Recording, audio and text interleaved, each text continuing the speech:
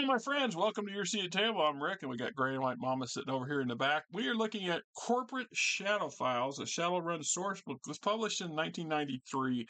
And if you ever wanted all the nuts and bolts for how the big corporations, big mega corporations, and Shadowrun operate, and connections, things that would be pertinent in the corporate world, this is the book for you. It really goes into some great detail on some aspects that a lot of Shadowrunners would just yawn at and walk away from. So we're looking at things like corporations in general, extraterritoriality, corporate structure, doing business as in marketing, public rivals and private deals, rating the piggy bank, taxation and reporting, competition, takeovers, executing a takeover, fighting a takeover, takeover pros and cons, corporate war. Then we have a chapter on the Zurich orbital habitat, its history, important features, the corporate court, the Zurich orbital Ginsnaft Bank, geez, uh, the rating the corpse, game terms, asset ratings, determining asset ratings, managing the corporation, then a bunch of corporate profiles on about 7 of the larger corporations that pop up the most in Shadowrun products. So we get a little deeper in it. We're not going to do a deep dive on it because some of this stuff is kind of a yawn and a study. You kind of want to have to get it. You gotta kind of want to really get into it. Big Brother is here. Corps as nations. One of the interesting things about the Shadowrun universe is how the neopolitical geography of the world has been drastically altered. Not only are a lot of the bigger super nations no longer super, but much are broken up, but you also have a lot of major corporations that have huge influences within those smaller nations, and in a lot of ways are entities or nations unto themselves. This is the ultimate conclusion for things like Citizens United, you morons who think that's a good thing. And if you're not one of them people, I apologize. But geez, we should never ever have allowed corporations to be considered a person and to be able to dump billions of dollars into our politics in America. We are where we are now in large part because of that. But what do I know? I'm just an idiot. Corps of nations, the primary corporation, blah blah. Get you into details on it. Multinational, extraterritorial. Everyone has heard of the corporate extraterritorial. I can't pronounce it. Most people understand at least a portion of the consequences set in motion by the landmark Schwinny's decision in 2001, but each individual seems to understand a different portion. To make sense of the contemporary mega corporate business environment, the business student must comprehend the full meaning of corporate extraterritoriality. The history of it goes to the Shimonies, goes to court, the Shimonies decision, consequences of extraterritorial. Yeah, I don't want to go down that particular road. Criminal offenses, the criminal courts or the corporate courts. Yeah, corporate structure, how your big corporations are often laid out, subdivisions, division, ownership, voting by proxy, management, board of directors, corporate officers. Generally speaking, very few Shadowrunners would ever come in contact with the very top elements within a corporation unless those individuals have a personal problem that they need the Shadowrunners to solve for them. That's different. And that would not necessarily be them speaking for the corporation at that moment, even though they are the corporation. Corporate officers, and the likelihood of your typical Johnson is going to be a middleman for one of these guys, right? And every now and then, one of these guys likes to get their hands dirty or be in on the, be in at the ground floor of certain things, which can create some interesting possibilities. Corporate connections, strategic partnerships and joint ventures, doing business, marketing, avoiding the market, public rivals and private deals, price fixing, rating the piggy bank, stock issues, dividends, debt inequality financing, junk bonds, stock market games, brokerage firms, virtual exchanges, investment services, stock prices,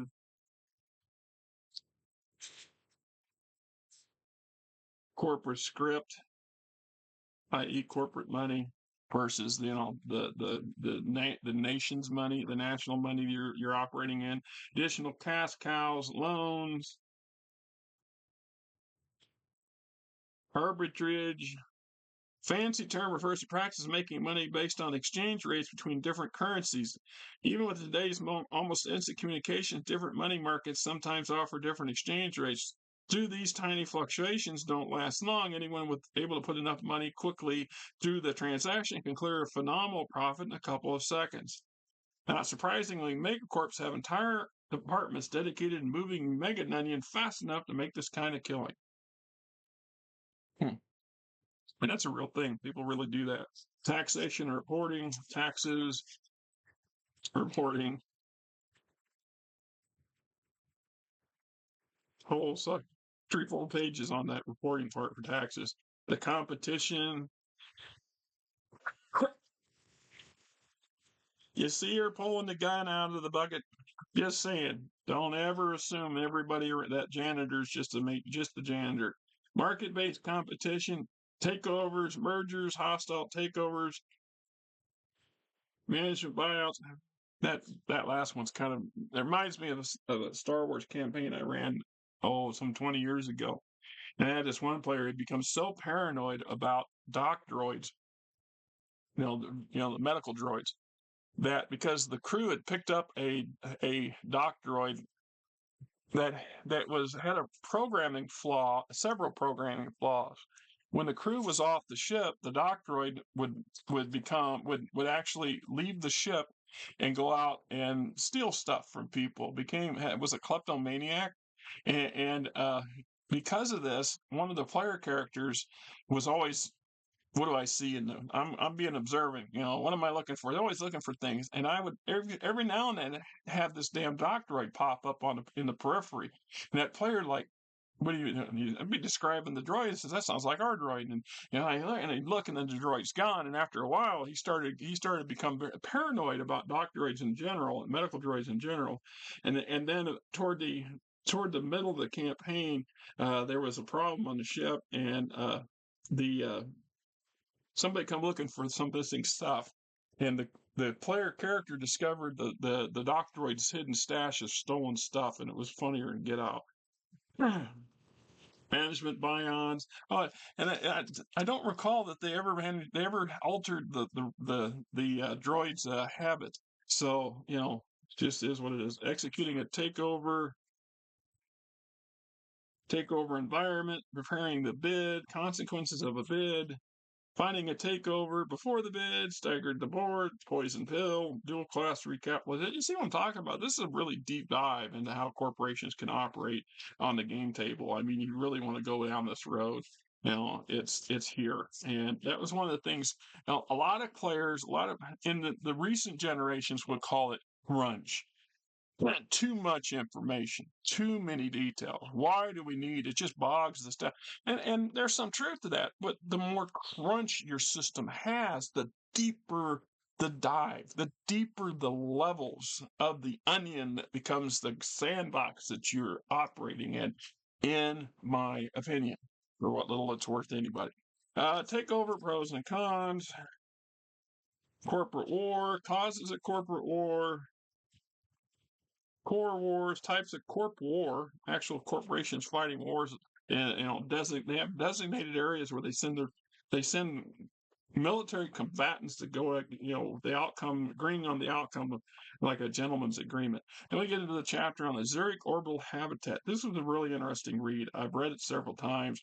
Talks briefly about some of the, there's some elements of Shadowrun that reek of Blade Runner, and we see it in Blade Runner. I have never had the game itself, so I don't know how far down the rabbit hole they went in the game. But in the movies, it's implied that the outer colonies, that there's space assets, that the world we see, that that narrow little world we see on Earth, is much much faster, and this is kind of an echo of that, and it gives you some very interesting information on it, history and its layouts, and and who's permanent residents who taken advantage of the zero G environment to extend their lifetime, their life expanses, with the understanding that they're not coming back down to Earth. Right.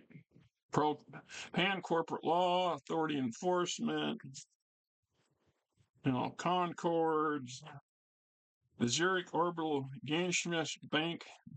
It's as the megacorp's major bank, the world's premier financial institution. Since most money is actually digital data, it's easy to do that. They're not actually talking about moving gold and gold bullion into orbit, because the cost expense of that will be horrific. Uh, Assets and security. Then we got rating the corps and game terms, asset ratings, operations, determining asset ratings, effects of Shadowruns, managing the corporation, determining, just additional guidelines, on and on and on. Then we get into a small, brief overview of some of the big corporations. Here's Ares, macro technology, lots of details in here. As technology, which is as much of a nation as it is a corporation, vice versa. Fuji Industrial Electronics, Mitsuma Computer Technologies, corporate structures, etc. Goes on. Ryanyuku Computer Systems. Like I said, this if you want that kind of element, this is a book. This really adds another level of stuff behind the scenes, not necessarily for the shadow runners, the players themselves, unless they're into that sort of thing. It's always nice to have extra crunch. Anyway, that's my opinion. Hope you like it. More than happy to listen to your guys. If you've utilized this book and had any unique insights into it, please by all means post it below, share it with everybody. Thank you.